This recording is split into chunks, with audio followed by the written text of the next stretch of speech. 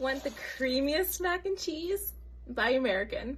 American cheese, that is. Here's why. Bring 1 3/4 cups of water and 1 cup of milk to a boil in a medium saucepan over high heat. Stir in the macaroni and reduce the heat to medium-low. Stir frequently until macaroni is cooked. Then add in your American cheese and cook, stirring constantly until the cheese is completely melted. So here's the science. So-called processed cheeses like American contain emulsifying salts, which keep the American cheese smooth when melted, while also changing the nature of the proteins in aged cheeses so that they can more effectively stabilize the fat-moisture network.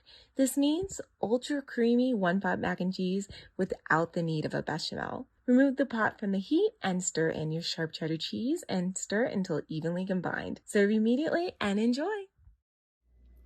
Oh yeah. Now that's food fueled by science. So good.